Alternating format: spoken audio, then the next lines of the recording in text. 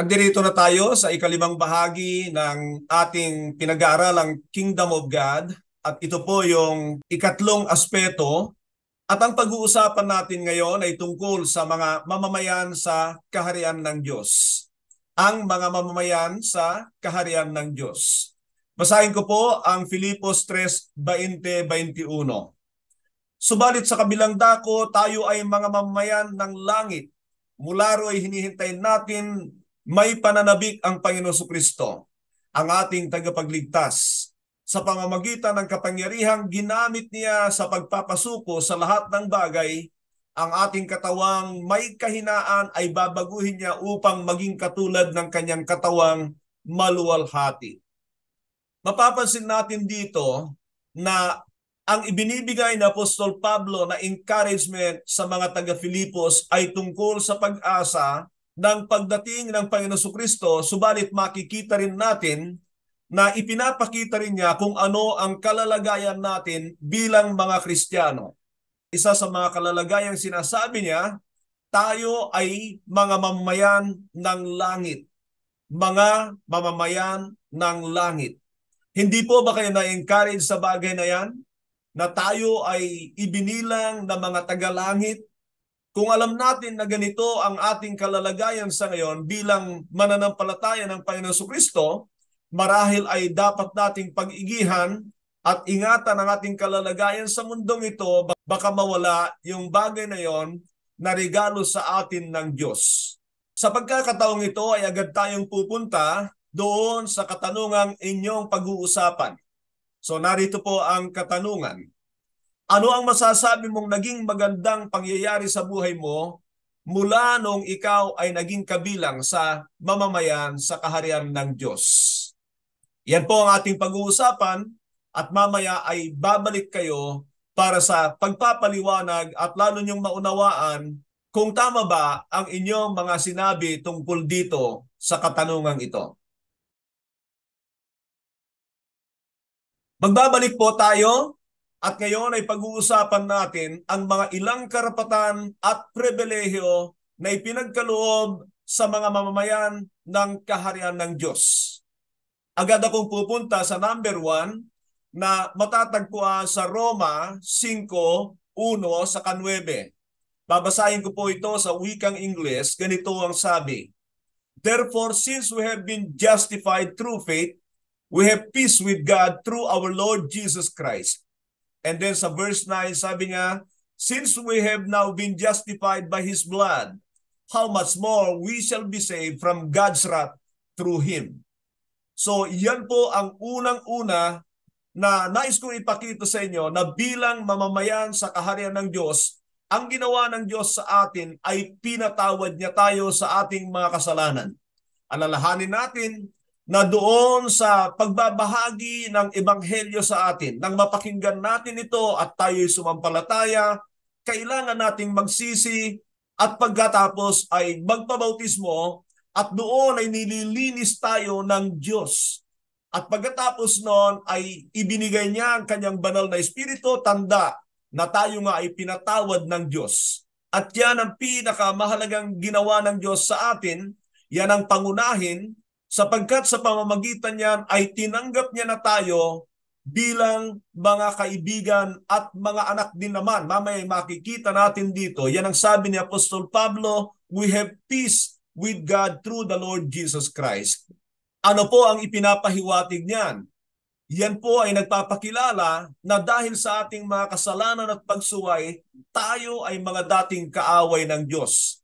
Nagkaroon lang tayo ng pakikipag-isa sa Diyos dahil na rin sa sumampalataya tayo sa kanyang bugtong na anak na tanging tagapamagitan sa Diyos at sa tao. At isa sa mga magiging bunga nito na inaasahan natin sa darating ay yung tayo ay ililigtas sa kanyang puot. Kayo po ba ay masaya sa bagay na yan na ginawa ng Diyos sa atin? Hindi tayo nakatugon ng karapat-dapat sa Diyos, subalit sa kanyang biyaya ay tinanggap niya tayo. Narito pa ang sabi ng Colossus 2:13, sa wikang English pa rin. When you were dead in your sins and in the uncircumcision of your flesh, God made you alive in Christ. He forgave us all our sins. So diyan naman ay makikita natin na dahil sa kapatawaran yon sa lahat ng kasalanan, ay nagkaroon tayo ng buhay. Pareho lang po yan, sapagkat ang ibig sabihin niyan, dahil sa pagpapatawad ng Diyos sa atin at pagtanggap niya sa atin, nagkaroon tayo ng connection sa nagbibigay ng buhay, ang Diyos. God is life, and anyone who is separated from God ay walang buhay. Nagkaroon tayo ng buhay dahil pinatawad tayo ng Diyos at tinanggap niya tayo, nagkaroon na tayo ng connection sa Kanya.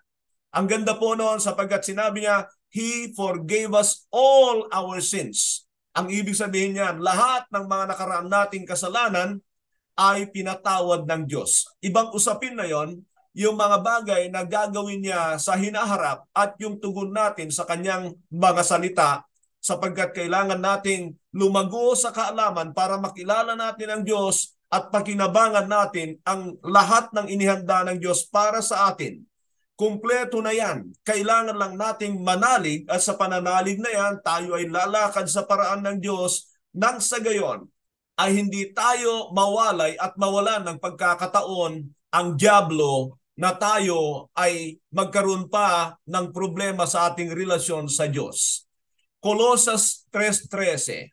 Ganito rin ang sabi, magpatawad kayo gaya ng pagpapatawad sa inyo ng Panginoon. So diyan ay makikita natin na napakahalaga na matanggap ng isang tao ang kapatawaran ng Diyos. Kaya kung babalikan lamang ninyo ang aking mga sinabi tungkol sa pagsisisi sa nakaraan, pero meron pa rin tayong lesson yan sa part 1 ng 70 utos ng Panginoon Kristo, sapagkat yan ang unang-unang kinuutos ng Panginoon sa tao para magbago ang kanyang kalalagayan, lalo tigit ang kanyang relasyon sa Diyos. Ang pangalawa na ginawa ng Diyos sa buhay natin ay nais kong basahin sa inyo ang Juan 1:13. Ganito ang sabi, children born not of natural descent, nor of human decision or a husband's will, but born of God. Nais kong makita natin na mula sa panahon na yan, tayo ay ipinanganak sa spiritual na aspeto ng ating buhay. Yan yung tinatawag na born again. Born from above, born of God. Nangangahulugan yan ng pagtanggap sa atin ng Diyos bilang mga adopted children. At yan ang ating pangatlo.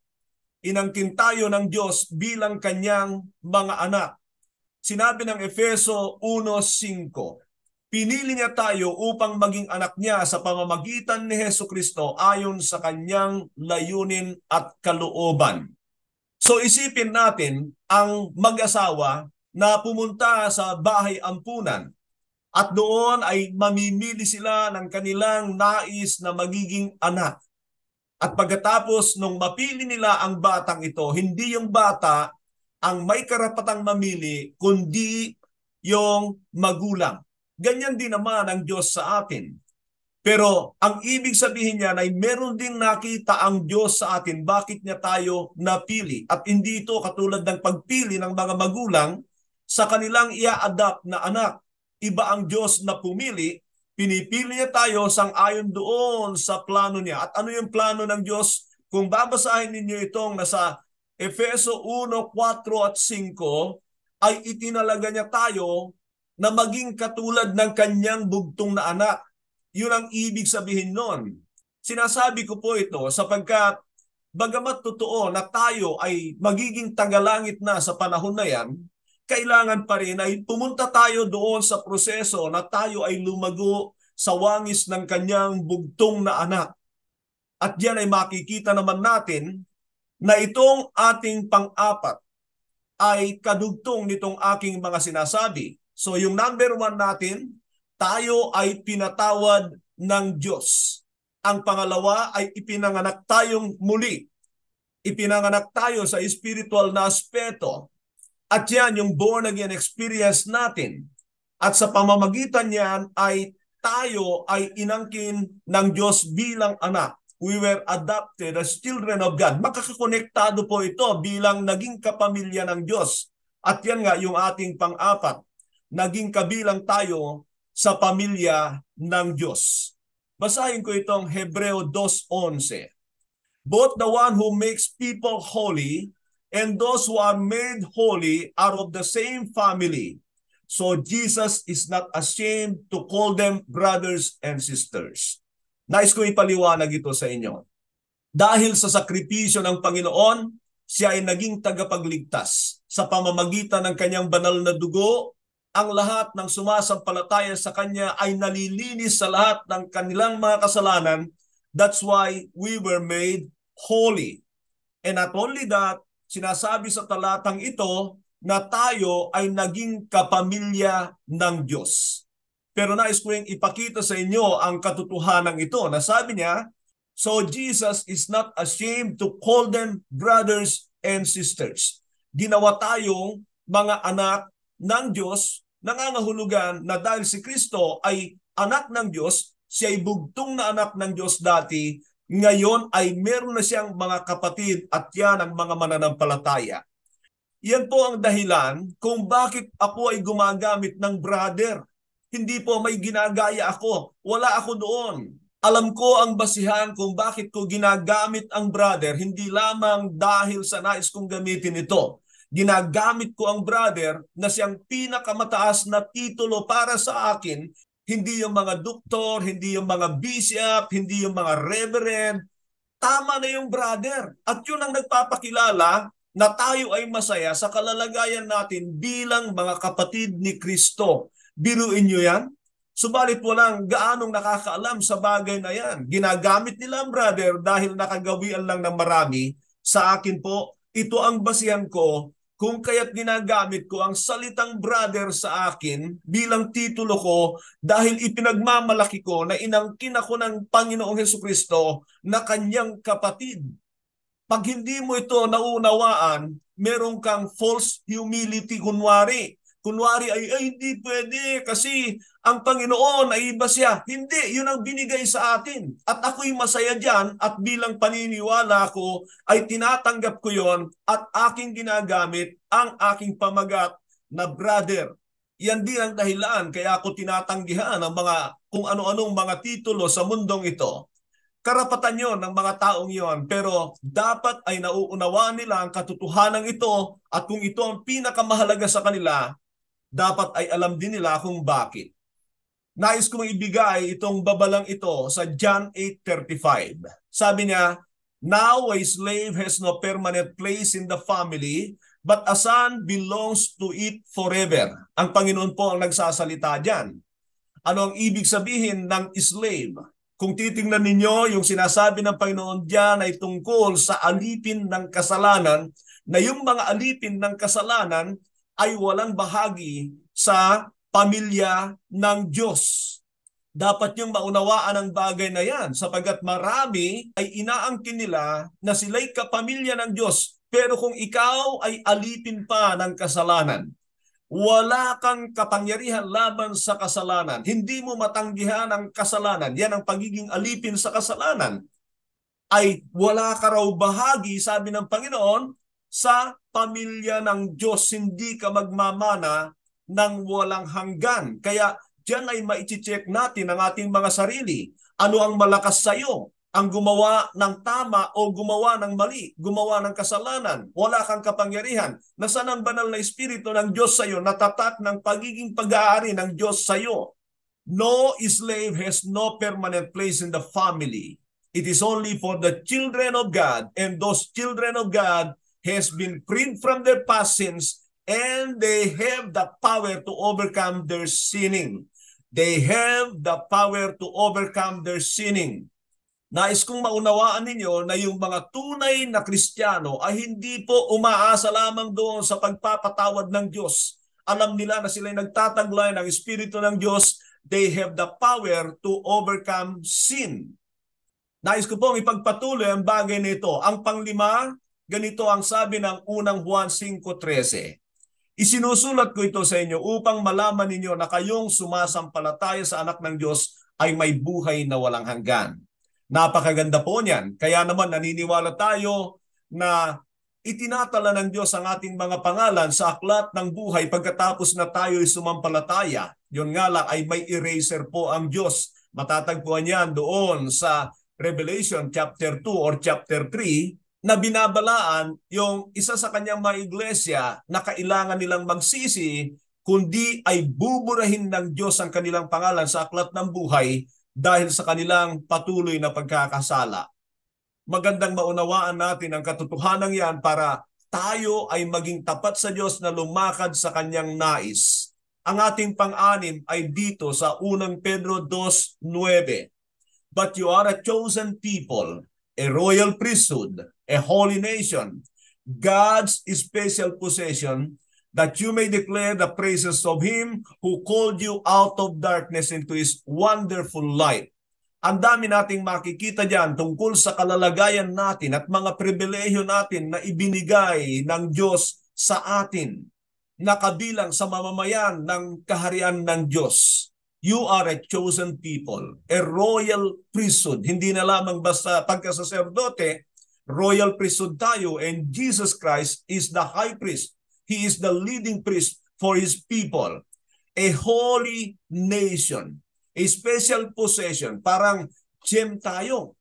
Tayo ay treasure ng Panginoon.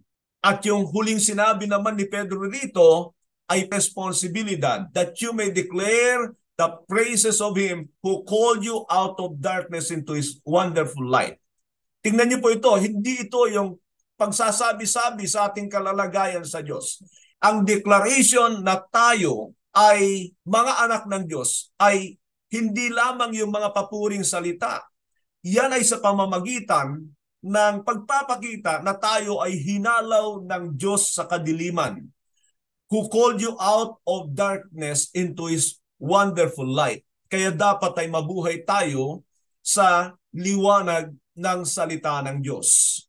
Sa Roma 8, sinasabi doon na hindi na tayo hinahatulan ng kaparusahan, yun ay kung hindi tayo lalakad sa gawa ng laman. Sa Roma 8:2 ay wala na tayo sa ilalim ng batas ng kasalanan at kamatayan. Anong ibig sabihin niyan? Dahil nga sa nagtataglay tayo ng Espiritu ng Diyos, hindi na tayo alipin ng kasalanan.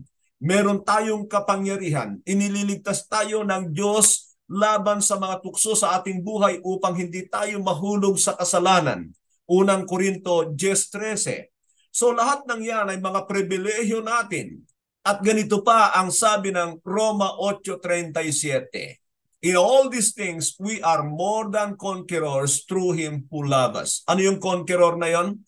Alam natin na sa New Covenant ay hindi po ito yung katulad ng pananagumpay ng mga Israelita. Ang pananagumpay natin sa buhay na ito bilang mananampalataya ay pananagumpay sa gawa ng dyablo, sa paanyaya ng sanlibutan, sa gawa ng laman, at sa anumang uri ng kasalanan. Yan ang tagumpay natin dito. At alam niyo mga kapatid, marami pa ito sa Biblia, pero hindi po ako magpapatuloy dito, puputulin ko po rito, pero nais ko na kayo ay patuloy na tumuklas sa mga bagay na ibinigay ng Diyos na pribilehyo sa atin at ganun din naman ang mga ipinagkaloob sa atin na karapatan bilang mamamayan ng kanyang kaharian sa ngayon. Alalahanin niyo lagi yung sinabi ko sa inyo na yung mga nasa kaharian ng Diyos ngayon, pag sila'y nagtagumpay sa buhay na katulad ng buhay ni Kristo, sila na lamang yung mga ililipat sa walang hanggang kaharian ng Diyos.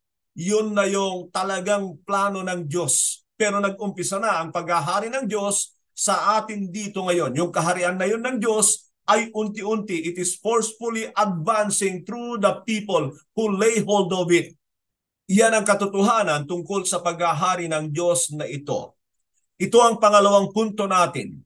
Ang mga anak ng Diyos ay pinagkalooban ng kapangyarihan laban sa dyablo, sa kanyang mga kampon at sa mga gawa.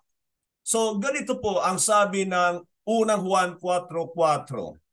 Mga anak, kayo nga'y sa Diyos at napagtagumpayan na ninyo ang mga huwad na propeta, sapagkat ang espiritong nasa inyo ay mas makapangyarihan kaysa sa espiritong nasa mga taga-sanlibutan.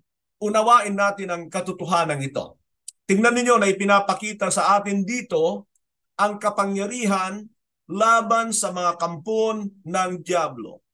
Sabi ni Apostol Juan sa mga mananampalataya, mga anak, kayo nga'y sa Diyos at napagtagumpayan na ninyo ang mga huwad na propeta. Ano pong ibig sabihin yan? Tandaan natin na sa sinabi ng Panginoon sa Mateo 24:24, and many false teachers and false prophets will abound, that even the very elect will be deceived if that were possible. Yan ay paalala ng Panginoon, babala ng Panginoon sa mga mananampalataya. Pero makikita natin ngayon dito na sinasabi ni Juan na bilang mga anak ng Diyos ay binigyan tayo ng kapangyarihan upang hindi tayo madaya ng mga huwad na propeta. Paano mangyayari yon? Yan ang isang katotohanan na kahit tayo nagtataglay ng Espiritu ng Diyos, pero kung tayo ay hindi natututo sa salita ng Diyos, hindi lumalago sa kaalaman, there is always a tendency that we can be deceived by false preachers and false prophets. At nais kong ipaalala sa inyo na sabi ng Panginoon, and false prophets will abound. Ibig sabihin, grabe yan, napakarami niyan. Wala pong history sa banal na kasulatan na mas maraming lingkod ng Diyos na totoo kaysa sa mga kasangkapan ng diablo. Never. Walang nangyaring ganon. Kaya maging maingat tayo. Yung akala nating mga lingkod ng Diyos dahil meron silang Jesus, meron silang mga Biblia at ginagamit nila ang mga ito, hindi po yan nangangahulugan na sila'y lingkod ng Diyos. Kailangan nating maging maingat sa kanila. Kailangan nating lumago sa kaalaman sa salita ng Diyos upang maproteksyonan tayo. That is the only way that we can detect false prophets and teachers by knowing the Word of God. So, ginawa na ng Diyos ang kanyang obligasyon na ibinigay sa atin ng Banal na Espiritu para turuan tayo sa lahat ng bagay at pagkatapos nandiyan na ang kanyang mga salita. Nasa sa atin na lang kung tayo ay magkaroon ng kauhawan sa salita ng Diyos at magbigay ng panahon upang malaman ang mga sinasabi nito tungkol sa mga bagay na ito na binibigyan tayo ng babala ng Panginoong Jesucristo. Alalahanin natin ang sinabi niya na higit na makapangyarihan ang Espiritong nasa sa atin. Pero nangangahulugan lang yan na makakagawa yon kung tayo mismo ay nag-i-initiate ng mga hakbang para hindi tayo madaya. Nagpapakita yan ng buhay na pananampalataya sa pamamagitan ng paglakad sa kalooban ng Diyos. Ang pangalawa ay nais kong basahin ang Mateo 16, 18 at 19. At sinasabi ko sa iyo, ikaw ay Pedro, at sa ibabaw ng batong ito ay itatayo ko ang aking iglesia at ang kapangyarihan ng kamatayan ay hindi magtatagumpay laban sa kanya. Ibibigay ko sa iyo ang susi ng kaharian ng langit. Ang ipagbabawal mo sa lupa ay ipagbabawal sa langit at ang ipapahintulot mo sa lupa ay ipapahintulot din naman sa langit. Now, tingnan niyo ang katotohanan ito tungkol sa mga mananampalataya, tungkol sa mga pinagaharian ng Diyos. Yan ang kanyang iglesia. Yan ang tunay na iglesia. Hindi yung mga may titulo, pamagat sa kanilang mga simbahan, hindi yung nagagandahang mga simbahan, hindi po yun. Ang iglesia ng Diyos ay mga tao. Ecclesia means called out ones. Mga tao yan. So either na sila ay walang simbahang gusali sapagkat nagkaroon lamang ng mga ganyan nung tumagal na ang Kristyanismo. Nagkaroon muli ng kaisipan na ganyan ang kanilang ginagawang pagkakatipon. Pero kung papansinin nyo dito sa mga iglesia, sa banal na kasulatan, ang focus talaga nila ay tao. Minsan sa bahay-bahay lang sila nagtitipon. Bagamat hindi naman masama na merong lugar na ganyan para sa mga tao, pero tandaan natin, ang iglesia ng Diyos ay ang mga tao na tinawag mula sa kadiliman. Sila ngayon ay nabubuhay sa kaliwanagan. At ang sabi niya rito ay, itatayo ko ang aking iglesia at ang kapangyarihan ng kamatayan ay hindi magtatagumpay laban sa kanya. Marahil ang iniisip niyong kamatayan diyan ay yung kamatayang physical. Hindi lamang po yan ang kamatayan sa Biblia. makikita natin na merong kamatayang espiritual. Yan yung sinasabi ko sa inyo kanina, na kapag ikaw ay nabubuhay sa kasalanan, mahihiwalay ka sa Diyos at yun ay kamatayan sa mata ng Diyos. Tandaan natin na isang kasalanan lang sa langit, nahiwalay ang dyablo sa Diyos, nawalan ng kaluwalhatian ng Diyos sa Kanya. Isang kasalanan lang sa Garden ng Eden, nawala ng tao ang buhay na walang hanggan. Kung babasahin ninyo ang Hebreo 5:7, ang Panginoon Kristo ay talagang umiiyak, nananangis nung siya ay naging katulad nating tao sapagkat ayaw niyang magkasala. Alam niya na isang kasalanan lang ay kamatayan sa espiritual, pagkawala ng lahat ng pribilehyo ng Diyos. Kaya nga't siya naging karapat-dapat na tagapagligtas sapagkat napagtagumpayan niya ang kamatayan, ang pagkakasala sa Ama. Kung papansinin natin ang mga talata rito sa Mateo 16, 18, 19, ay nagpapakita ito na wala nang makakadaig sa atin na kapangyarihan at masamang espiritu ng mga kaaway. Pero yan ay kapag tayo ay nabuhay sa pamumuhay ng pinaghaharian ng Diyos. Submissive tayo sa Panginoon. Punta tayo dito sa pangatlo, sa Marcos 16, 17, 18. Marcos 16, 17, 18. Ang mga sumasampalataya ay bibigyan ng kapangyarihang gumawa ng mga himala. Sa pangalan ko'y magpapalaya sila ng mga demonyo at makakapagsalita sila ng iba't ibang wika. Hindi sila mapapahamak kahit dumampot sila ng ahas, makainom ng lason, at gagaling ang mga may sakit na papatungan nila ng kamay. Makikita natin diyan ang kapangyarihan at mga pribilehyo ng mga mananampalataya, ang iglesia ng Diyos, ang pamilya ng Diyos, ang mga nagtataglay ng Espiritu ng Diyos. So kung isa-isahin natin, yung mga kapangyarihang ito na ipinagkaloob sa atin, sinabi niya na makakagawa sila ng mga himala. Sa pangalan ko'y magpapalayas sila ng mga demonyo.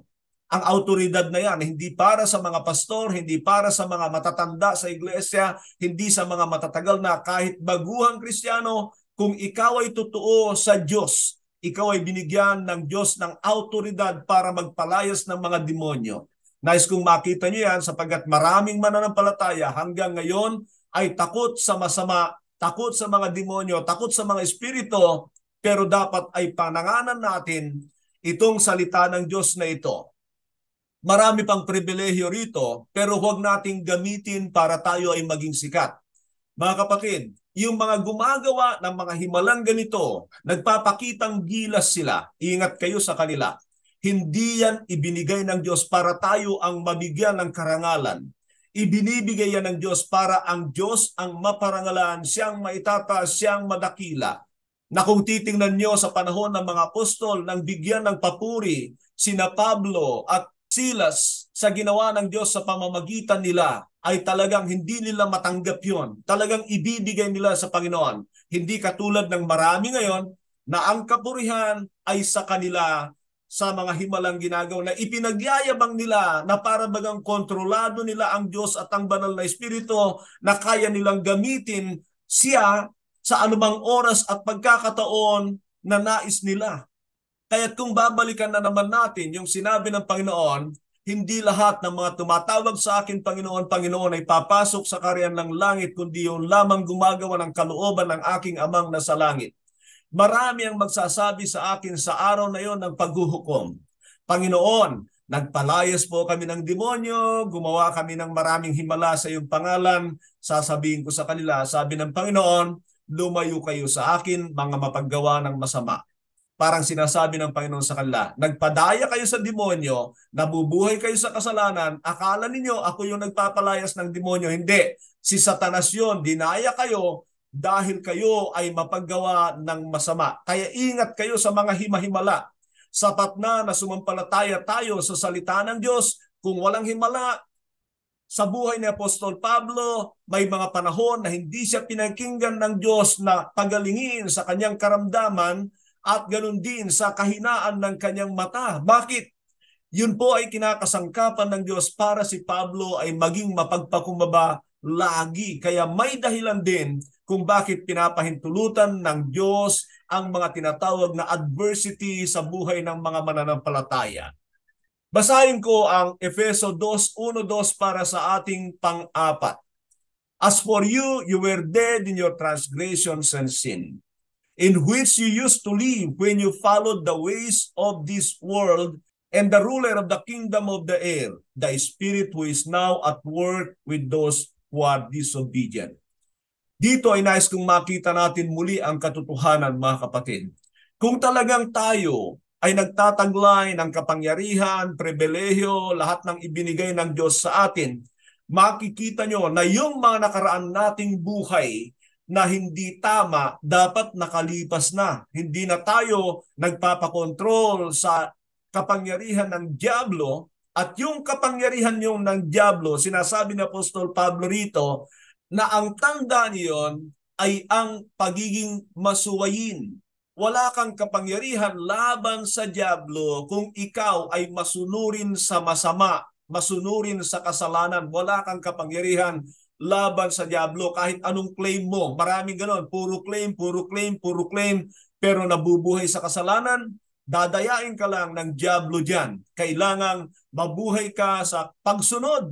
At muli ay ipapaalala ko sa inyo na yan ang dahilan kaya pinag-aaralan natin o pag-aaralan natin ang mga batas ni Kristo, sapagkat yan ay protection natin. Yan ang isa sa mahalagang matutunan natin na katotohanan sa pag-alam at pagsunod sa mga batas ni Kristo. Sinabi niya rito sa unang Juan 3:5, but you know that He appeared so that He might take away our sins.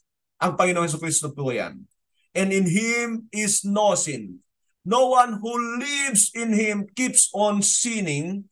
No one who continues to sin has either seen Him or knows Him. Ano sinasabi ni Apostol Juan dito?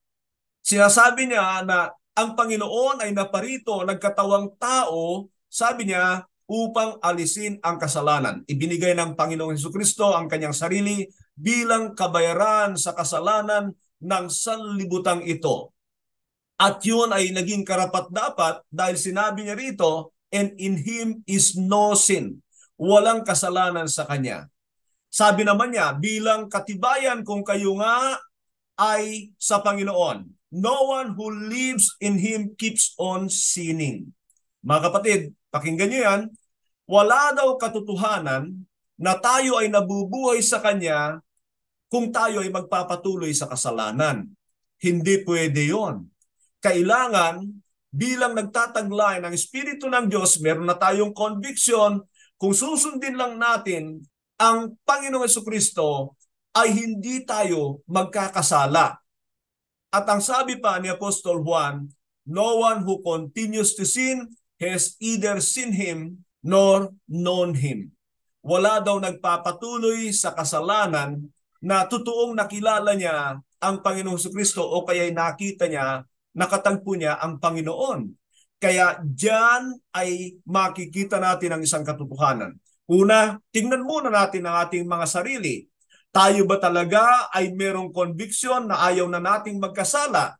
At yan ay malaking palatandaan na nagtataglay ka ng Espiritu ng Diyos. Mga kapatid, nais ko lang linawin ang katotohanan ito. Yung dalawang katanungan ito ay napakahalagang maunawaan natin. Gusto mo bang magkasala? At yung katanungang, magkakasala ka pa ba? So dalawang tanong. Yung una, gusto mo bang magkasala? Dapat ang sagot natin diyan ay hindi. Bilang anak ng Diyos, ayaw ko nang magkasala. Yung pangalawang tanong, magkakasala ka pa ba? Malamang bilang nananahan dito sa katawang lupang ito. Pero sana tuwing tayo ay nahuhulog sa kasalanan, nadudulas tayo sa kasalanan, gamitin natin yung 1 John 1:9 na kung saan ay sinasabi niya doon, agad nating ipahayag sa Panginoon ang ating mga kasalanan, tanda ng ating totohanang pagsisisi, at angkinin natin yung sinabi niya, He will forgive us and cleanse us from all unrighteousness. Patatawarin niya tayo at lilinisin niya tayo sa lahat ng ating mga naging kalikuan. Muli mga kapatid, marami pa tayong makikita na mga ganito sa banal na kasulatan. At nais ko na hindi tayo nagtatapos dito. Patuloy kayong magbasa ng Biblia sa tuwing na makakakita kayo ng mga ganito, mga pribilehyo, kapangyarihan na ibinigay sa atin ng Diyos bilang kanyang mga pinili, bilang kanyang mga anak, upang tayo ay totoong maging makapangyarihan laban sa kaaway ang Diyos ng sanlibutan ito. Punta tayo dito sa ating pangatlong punto. Paano mapangalagaan ang kapangyarihang ito upang maging kagamit-gamit laban sa mga gawa ng dyablo? Tandaan natin na ang pinag-uusapan natin dito ay kaharian ng Diyos at ang kaharian ng dyablo. Pupunta tayo doon, pero pag-uusapan muna natin itong mga paano natin mapangalagaan ang kapangyarihang yon ng Diyos sa atin upang maging patuloy na kagamit-gamit laban sa mga gawa ng dyablo. Ganito ang sabi ng Juan 15:5. Ako ang puno ng ubas at kayo ang mga sanga. Ang mananatili sa akin at ako sa kanya ang siyang nagbubunga ng sagana, sapagkat wala kayong magagawa kung kayo'y hiwalay sa akin. So tingnan niyo po yan, malinaw po yan na dapat ay manatili tayo. Yan po ang unang hakbang. Ikaw ang manatili sa Panginoon. Hindi yung sasabihin mo sa Panginoon, Panginoon, hawakan mo po ako. Ikaw ay humawak. Yun ang sinasabi ng Panginoon. Manatili ka sa akin para ako ay manatili sa iyo. So, nangangahulugan po ito na kailangan may hakbang ng pananampalataya na ayaw nating mahiwalay sa Panginoon. Dahil kung tayo ay hihiwalay sa Kanya, abay walang magagawa ang Panginoon. Katulad yan yung alibughang anak na nung umalis siya, walang magawa ang ama. Pero kung tayo ay magpapakita na ayaw nating lumayo sa Diyos, siya ang gagawa. Anak, dahil nakikita ko na ayaw mong lumayo sa akin, gusto mong manatili sa akin, poproteksyonan kita. Walang kapangyarihan sa mundong ito, walang kapangyarihan ng dyablo na magtatagumpay laban sa iyo. Ganun po yun. Hindi yung sasabihin mo, hindi ako pababayaan ng Diyos, pero ikaw naman ay layo ng layo sa Diyos. Abay, anong magagawa ng Diyos? Ikaw ang may gusto. Walang kapangyarihang makakaagaw sa atin sa kamay ng Panginoon, maliban na kung tayo ay siyang may gusto na umalis sa kamay ng Panginoon. Yun ang katotohanan dito. So, panatilihin natin ang maayos na kaugnayan sa Diyos. Yan po ang unang sikreto kung gusto natin na manatili tayong makapangyarihan at maging kagamit-gamit laban sa mga gawa ng dyablo. Pangalawa ay nais kong basahin ang Roma 13:13. Let us behave decently as in the daytime, not in carousing and drunkenness, not in sexual immorality and debauchery, not in dissension and jealousy. Now, makikita natin diyan na ito yung payo ni Apostol Pablo sa mga taga-Roma. Yung mga binabanggit dito, kung pansinin niyo, ay mga kasalanan na maaaring gawin ng mga Kristiyano laban sa Diyos. Ano po yung mga yon? Sabi niya, carousing, drunkenness, sexual immorality, debauchery, dissension, and jealousy. Lahat po yan ay kasalanan sa Diyos at nais ng Diyos na iwanan natin yon para walang mapanghahawakan sa atin ang kaaway. Nangangahulugan yan na dapat ay itakwil ang sanhi ng pagkakasala. Ulitin ko, dapat ay itakwil ang sanhi ng pagkakasala. Punta tayo sa ating pangatlo. Santiago 4:7. Ang pinag-uusapan natin ay kung paano mapangalagaan ang kapangyarihang ito upang maging kagamit-gamit laban sa gawa ng dyablo. Sabi ng Santiago 4:7, kaya nga pasakop kayo sa Diyos, labanan ninyo ang dyablo at lalayuan niya kayo. Sa wikang Ingles, ganito, therefore, conclusion, submit yourself to God and resist the devil and the devil will flee from you. Tandaan nyo ang isang katotohanan. Kung tayo lang, hindi takot sa atin ang dyablo. Sila'y mga anghel na makapangyarihan ng higit kaysa sa atin. Pero dahil tayo ay may Diyos, meron tayong Ama at meron tayong isang nagtagumpay na laban sa Kanya, ang Panginoon Jesucristo, ay magtatagumpay tayo. Yun ay kung tayo ay patuloy na magpasakop. Lumagay tayo doon sa ating kalalagayan na umaasa sa Diyos nang sa gayon ay hindi tayo magawan ng dyablo ng anumang masama. Yan ang protection natin at ang kapangyarihan natin. Nandoon sa pagiging mapagpasakop sa Diyos. Nandoon sa pagpapailalim sa kanyang kapangyarihan. At napapalayas natin, nagkakaroon tayo ng kapangyarihan laban sa dyablo dahil lamang sa ating kaugnayan. Ingat kayo, yung mga tao na hindi tama ang relasyon sa Diyos, na nagpapalayas ng mga demonyo, nagpapagaling ng mga may sakit, at kung ano-ano pa ang mga ginagawa laban sa espiritong masasama, yan ay mga pandaraya lamang ng dyablo na akala natin sila ay mga lingkod ng Diyos. Kaya huwag kayong basta-basta maniniwala sa mga gayon. Higit na nauuna ang connection natin sa Diyos kaysa doon sa mga accomplishment. Meron pong mga ganyan. Bukod doon, kung meron naman mga akala nating Kristiyano na ang daming himala, mga nagtutumba-tumbahan, ay ingat kayo dyan. Hindi po yan palatandaan ng kapangyarihan ng Diyos ang pagtutumba-tumba. Hindi po yan naganap sa Biblia. Ang Espiritu ng Diyos, pag binababaan ang mga lingkod ng Diyos, sila ay tumataas sila, hindi yung nagtutumba-tumba. Yung mga natumba sa banal na kasulatan ay yung pinatay ng banal na espiritu, si Ananias sa si Sapira, sa Gawa, Kabanata 5. Kaya ingat tayo sa mga himahimala. So yan ang ating pangatlo, magpasakop sa Diyos. Dito sa ating pang-apat ay magpasakop din sa mga autoridad sa buhay natin. Meron kasing mga delegated authority ang Diyos. Ang Diyos ang pinakamataas na autoridad. At pagkatapos ay merong iglesia, merong pamilya, merong asawa, merong magulang, merong mga guro. Delegated authority po yan, kasama na yung gobyerno na inalagay ng Diyos para mangasiwa sa atin. They are all under the authority of God. At sa Roma 13:1 at saka 5, basahin po ninyo at makikita nyo dyan yung autoridad na ibinigay ng Diyos sa gobyerno, ino-honor niya yon. Nga lamang, yung mga nasa gobyerno dapat ay pinapahalagahan ng higit yung batas ng Diyos kaysa sa batas ng tao. Saka lamang tayo pwedeng lumabag sa batas ng gobyerno kung ito ay tila labag sa batas ng Diyos. That is the only way. But also we can do it with submission. Malala ko yung mga kaibigan ni Daniel sa panahon ni Nabucodonosor, na itong mga kaibigan ni Daniel ay pinapasamba ni Nabucodonosor sa kanyang mataas na gintong rebulto. At ano ang isinagot ng mga kaibigan ni Daniel, si Shadrach, Meshach at Abednego? Sabi nila, "O Haring Nabucodonosor, hindi na namin kailangan pag-isipan ang bagay na ito, pero hindi namin maaring sambahin ang iyong rebulto." Anong ibig sabihin nun? Nandoon ang pagsasalita ng may pagpasakop, pero hindi nila sinunod yung nais ng hari.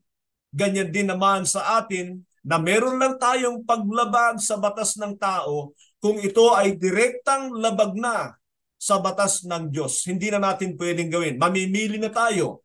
Ang buhay sa mundong ito ay, sabi ng Panginoon, huwag ninyong katakutan ang pumapatay ng katawan.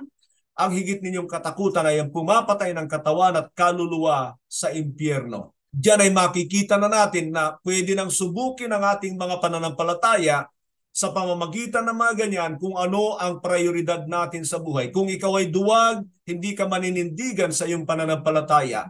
Pero kung ikaw ay mananampalatayang totoo, panghahawakan mo ang salita ng Diyos, tandaan natin ang katotohanan, lahat halos ng mga apostol ng Panginoon ay pinagpapatay sa mundong ito, maging ang ating Panginoon Kristo, dahil sa pag-aakalang sila'y mga kaaway ng kanilang gobyerno at mga batas sa mundong ito. Pero ang spiritual na kontrol ng dyablo ay nandoon at pinahintulutan ng Diyos na sila'y mapatay. Nangangahulugan po yan na kung tayo naman ay pahihintulutan ng Diyos sa ganon, ay nakakahigit yung plano ng Diyos sa walang hanggan para sa atin. Isang bagay pa kung paano natin mapangalagaan ang kapangyarihan ng Diyos sa atin, putulin ang ating kaugnayan sa makamundong gawain. Tandaan natin, ang mundong ito ay nasa ilalim ng kapangyarihan ng dyablo. Kailangan nating itigil ang mga bagay na nagiging connection niya sa atin. Ibig sabihin ay ang sanlibutan. Sa Santiago 4:4, maalala ko yung sabi ni Santiago, mga taksil, hindi ba ninyo alam na ang pakikipagkaibigan sa sanlibutan ay pakikipag-away sa Diyos?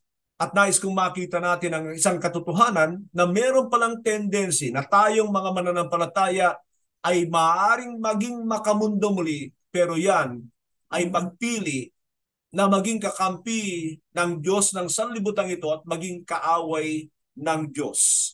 Isang bagay pa para tayo ay magkaroon ng kapangyarihan laban dito ay yung sinasabi ng Colosas 2:7 na palakasin ninyo ang inyong pananampalataya. Nandoon yan sa ating nakaraang video. Kailangan ay patibayin natin ang ating pananampalataya. Patuloy tayong mag-aral, alamin ang kalooban ng Diyos, ang salita ng Diyos, ang ating panggatong para patuloy tayong mag-apoy sa Diyos. At ito ang panghuli natin sa bagay na ito. Sa Hebreo 1:9, sabi rito, you have loved righteousness and hated wickedness. Therefore, God, your God, has set you above your companions by anointing you with the oil of joy. Ano pong ibig sabihin nito? Ito po ay tungkol sa Panginoong Jesucristo nung siya ay nagkatawang tao. Siya ay buong-buong tao. Ipinipilit lang ng marami na siya ay Diyos. Hindi po. Siya ay buong-buong tao na katulad natin at kaya lamang siya makapangyarihan na lumakad sa kalooban ng Diyos na hindi nagkasala ay dahil sa banal na Espiritu na sa Kanya. Kaya kung titingnan natin dito, yung sinasabi ng Ama tungkol sa Kanya, ay sinabi niya, you are anointed beyond your companions. Why? Because you have loved righteousness and hated wickedness. Kung gusto natin na manatili at makapangyarihan ang banal na Espiritu na gumagawa sa buhay natin, tularan natin ang Panginoon Jesucristo sa ginawa niyang ito. Inibig niya ang katuwiran, kinamuhian niya ang kasamaan. Kailangan pareho yung dalawang yan. Hindi pwedeng ibigin mo ang katuwiran at wala kang gagawin laban sa kasamaan. Ang Panginoon Jesucristo, kinamuhian niya yon para hindi siya mahulog at nagsasalita siya laban doon. Kaya siya ay naging kaaway ng mga masasama, ng mga relihiyoso dahil inilalagay niya sa liwanag ang mga kadiliman nila. Ini-expose ng Panginoon ang kanilang mga gawang hindi maganda. So tingnan niyo po ang buhay ng Panginoon kung bakit patuloy siyang naging makapangyarihan at matagumpay na nabuhay sa mundong ito ay dahil na rin sa iningatan niya ang banal na Espiritu sa Kanya. Nabanggit niya ang ganito sa Juan 14:30. I will not say much more to you, for the prince of this world, ang diablo yan, is coming. He has no hold of me.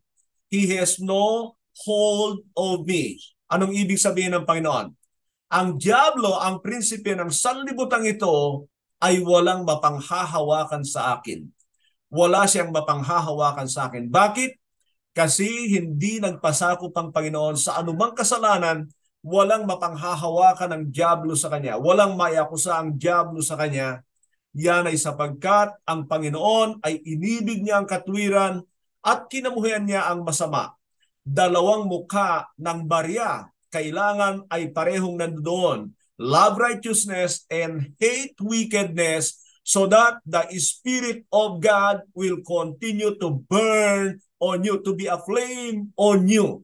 Tingnan niyo mga kapatid, ang tanging issue ng mga mananampalataya is not they become strong. Ingatan lang natin ang pananahan ng banal na Espiritu sa atin. Yun ang malaking obligasyon natin because apart from the Holy Spirit, we cannot do anything. It is not by might nor by power, but by the Spirit, saith the Lord. Kaya tayong mga mananampalataya ay binigyan ng Espiritu para tayo ay makarating sa ating patutunguhan, maging matagumpay tayo sa buhay sa mundong ito. It is only through the grace, the Holy Spirit of God. Sinabi ng Hebreo 10:29, the Spirit is the Spirit of grace. Yung Spirit of grace, is the enabling power of God for the believers. Ulitin ko, ang issue ng buhay natin para maging matagumpay tayo, ang main issue ay yung mapanatili natin ang banal na Espiritu sa atin. Kaya sinabi ni Apostol Pablo, quench not the Holy Spirit. Yan ang tagumpay natin. Sa atin pong pagwawakas, muli kong hilingin na ang bawat isa ay yumuko at pagkatapos ay ipikit ang ating mga mata, namnamin ang mga katanungang ito habang ito ay aking itinatanong sa inyo. Ang mga bagay na ito ay para ma-realize natin ang ating mga sarili kaugnay dito sa ating napag-usapan. Ang unang tanong, ano ang kaibahan mo sa mga tao sa iyong paligid upang masasabi mo na ikaw ay pinaghaharian na ng Diyos? Pangalawang tanong, malinaw ba ang iyong liwanag upang hindi ka na maanyayahan ng mga gawa ng kadiliman? Pangatlong tanong, may patutuba ang kapangyarihan ng Diyos sa buhay mo na magpapalaya sa mga gapos ng kaaway? Panghuling katanungan, kailangan mo bang hingiin sa Diyos ang liwanag at kapangyarihan mula sa Kanya? Dito po tayo nagtatapos sa pag-aaral na ito tungkol sa ating ika-5 aralin, ang mga mamamayan sa kaharian ng Diyos. Ikaw na mamamayan ng kaharian ng Diyos, magalak ka sapagkat ang tagumpay ay sa iyo. Ang biyaya ng Diyos ay sumaating lahat. Magandang araw po.